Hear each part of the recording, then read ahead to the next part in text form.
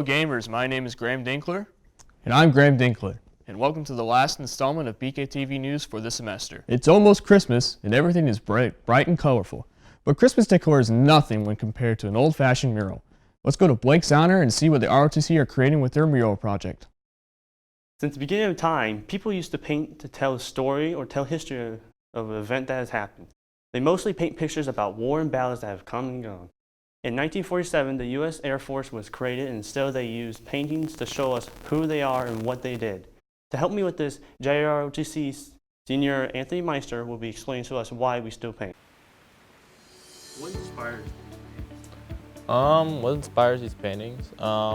It was an idea originally created by Senior to have the 7 planes that represent 6 major conflicts that the U.S. Air Force was in. Well, not the U.S. Air Force entirely, the U.S. Armed Forces, and the beginning of aviation starting in America. What does the paintings with the planes on them mean? Well, every planing has their own individual plane that represents the major plane of that conflict, and then there's the first one, which is the Wright Flyer that began the aviation as a whole.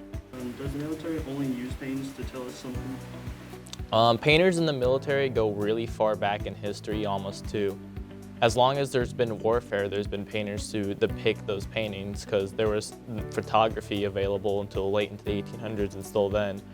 Painting is something you do for memory, which is why paintings are most prevalent in a lot of older military history, particularly World War I and World War II. You'll see more paintings of that than any other war because photography was so much harder back then.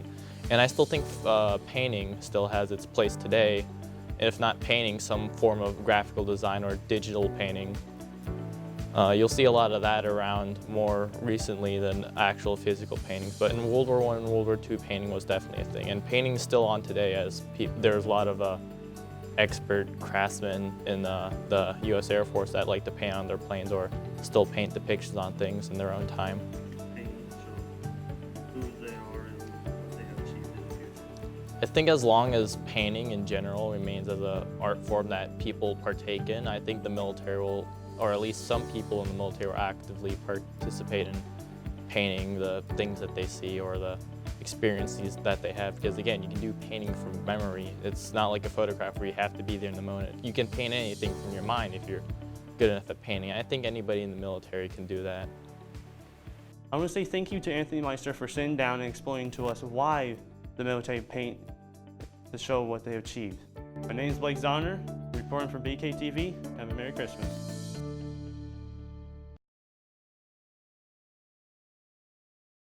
That was indeed colorful. But art sometimes needs to be taught, right? Well, yes, that's right.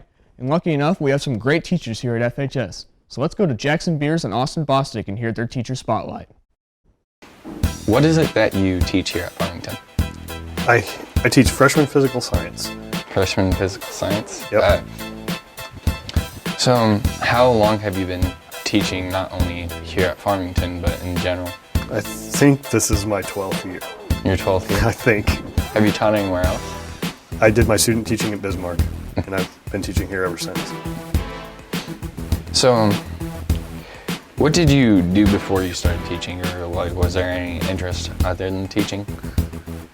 Yeah, of course. I always dreamt of going into biology, but I was also really into art, and they kind of melded together with science, and teaching ended up being my calling. So, like, what lesson that you teach do you feel clicks with most of the students, like, as opposed to a usual lesson? I don't know. I think that there are some aha moments with just about every big concept that we talk about. Currently, we're talking about thermal energy and heat, and today even, I'm showing a bunch of thermal energy and thermal expansion demonstrations, and it's been a lot of fun. Is there anything here at Farmington you do besides teaching, like any clubs or sports or anything? Yeah, I'm the sponsor for the D4 Club, so every Thursday or so we get together in the library and play Magic the Gathering and Dungeons and Dragons and all kinds of nerdy stuff that's a lot of fun that people miss out on. Like, what's one of the most ridiculous characters you made? Probably a thief that was also a giant. So every single time he tried to steal something, he got caught. It just made for a really interesting storyline in the game, and lots of dice rolling with lots of penalties. Barbarian or rogue? Rogue, Rogue? Coke or Pepsi? either. Marvel or DC? DC has the bat. DC has the bat. PC or console? Console. Math or science? They're one and the same. And one and the same. Well, I haven't heard that. Traveling by boat or by plane? Train. Train Train. A lot more fun. And relaxing. and relaxing. Star Wars or Star Trek? That's a tough one, but I'm gonna have to go with Trek. Sorry, Banjer. Mountain Dew or Sprite? I'd say Sprite if it had caffeine, but I'm gonna have to go Mountain Dew, I guess. Outside or inside? Outside. Outside. Outside. Day or night? Nighttime. Summer or winter? Winter. Fall or spring? Spring. Spring. Swimming or running? Swimming. Swimming. What? And if you're wondering, I've swam in the winter. Not just at the Civic Center. That's crazy. Yeah, a little bit. Well, thank you for having this interview. All right, no problem. My pleasure. You know, sometimes I feel like we should give back to our teachers who work so hard. But I don't know how to wrap presents. Well, fret not, Graham, because Alyssa Sidebottom is going to show us how to wrap Christmas presents. Hi, my name is Alyssa, and I am here to teach you how to wrap a present. The only thing you need is paper, your gift, scissors, and tape. You will start with your paper, roll it out like so.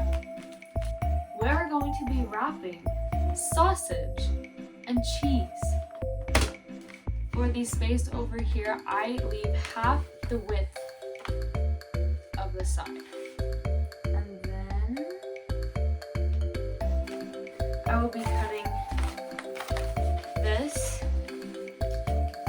about a half a width of the side.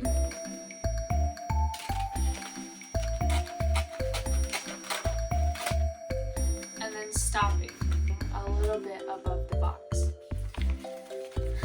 So, I usually bring the paper about halfway.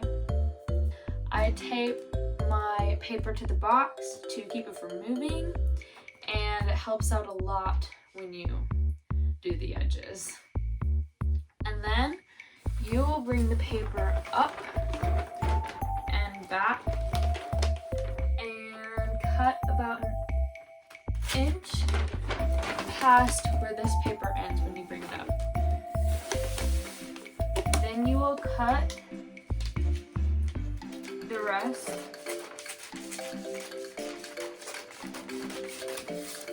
and meet the two cuts in the center.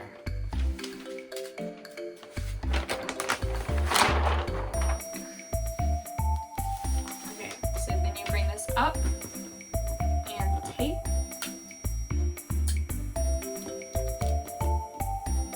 I also advise taping these edges down on both sides. Once you have them both taped down, it's time to do the sides. So you will push it in through the sides and down, and then I tape that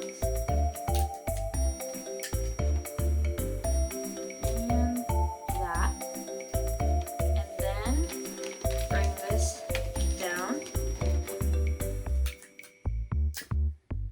and tape those sides. Now you do the same thing with the other side. So we have a little bit extra over here, so I'm just going to cut that off.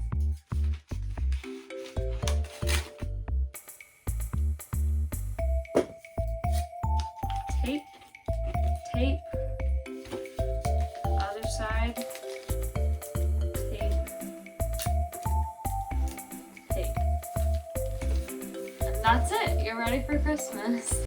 Awesome! Now I can wrap that world's best teacher mug I bought. Well, I learned something from that too, Graham.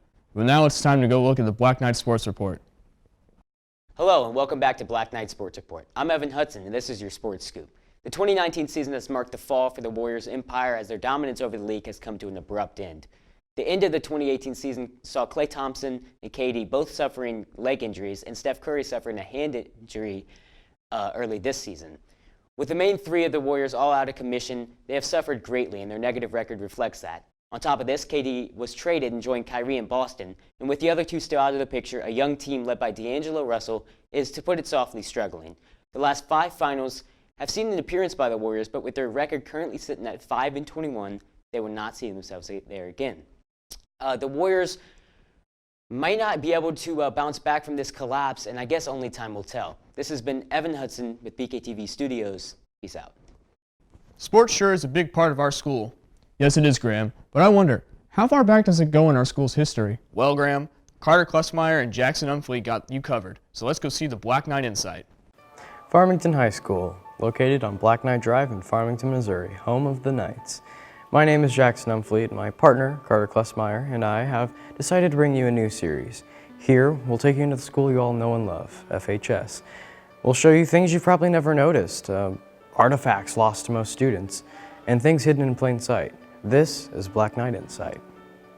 Now, you may be wondering, why Black Knight Drive, and why is it called that? Well, to fully understand, let's take you back to the early 1800s. In 1801, a private school was built for children of Farmington, which was then called Murphy Settlement, named after the founder, Reverend William Murphy. This was the first educational building for Farmington. By the year 1951 rolled around, Farmington had gone through multiple schools. The old high school is now destroyed and has been rebuilt as part of the kindergarten. And in 1951, we broke ground to build a new building, the current building. I'll now hand it over to Carter and go a little into detail with the old high school. All right, so we've been talking about Truman a lot, and I just wanted to show you a little visual aid. If you're wondering where I'm at in the school, this is the Hall of Fame hallway here at the current Farmington High School. And if you look at all these photos, you'll see that some of them are of former students, buildings and such. Well, the one photo we're going to focus on right now is this old photo of our old high school. If you look over here, then Farmington High School, now Truman Auditorium. If you currently look at the school the way it is now, Truman, this is clearly the entrance to the auditorium. This is where currently a road runs. And this is where we do a lot of our Theater Guild stuff. They do a lot of their productions here. And if you continue along the building, you can see where the building branches off. So, yeah, it's pretty cool. Back to you, Jackson. As you can see, the high school building has gone through multiple extensions, renovations, and above all, it has had multiple students walk through its doors. The Farmington School District was in search of a mascot to represent the students. Tigers was a popular choice for the mascot because of Mizzou, but they decided against tigers because there were already too many schools around that had tigers. We needed something to represent chivalry, honor, and respect. What better than a knight? A knight is a symbol of character after all. A good character includes honesty, work ethic, respect for authority, respect for peers, and a positive attitude. Thus, the Farmington Knights were born. The school colors, previously maroon and white, are now black and gold. In the mid-'80s, the street that the high school is located on was then donned the name Black Knight Drive after a mascot, the Black Knights. So, do you have what it takes to be a knight? And if so, how will you display your Black Knight pride? On behalf of my partner, Carter Klussmeyer, and I, this was your Black Knight Insight. It's always good to learn about your school's history. I just wish I could get on school on time. Why is that, Graham? Well, you see, my car keeps breaking down on the way here, and I don't know how to fix it. The mechanics don't know how to fix it. It's so bad. Well, I think Garrett Cheese has a solution for you with his survival segment. Hello everybody, it's December, and you know what that means. Icky cold, it's snow and ice. Throughout this month, temperature is going to be dropping to around like 20 degrees or maybe even lower. So it's a good idea to begin winter preparations now. We've already had snow days anyways. And if you're behind, stay here and learn what you need to do. Hello everybody, my name is Garrett Sheets, and with the help of my friend Blake's honor, I'll be showing you what you need for weather safety.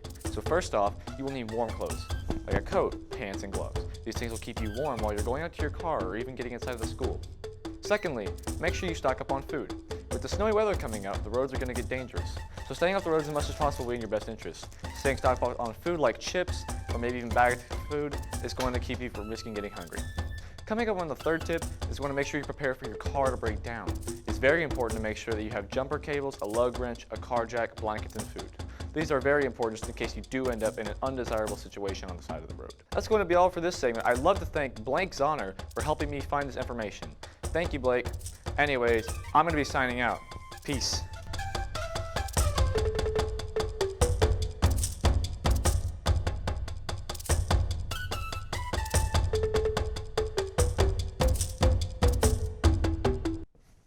Ah, sweet! Now I can get to school on time. Yeah, hopefully you won't keep getting tardies now. Well, that's it for this installment of BKTV News. I'm Graham Dinkler. And I'm Graham Dinkler. And we hope you all have a great Christmas break.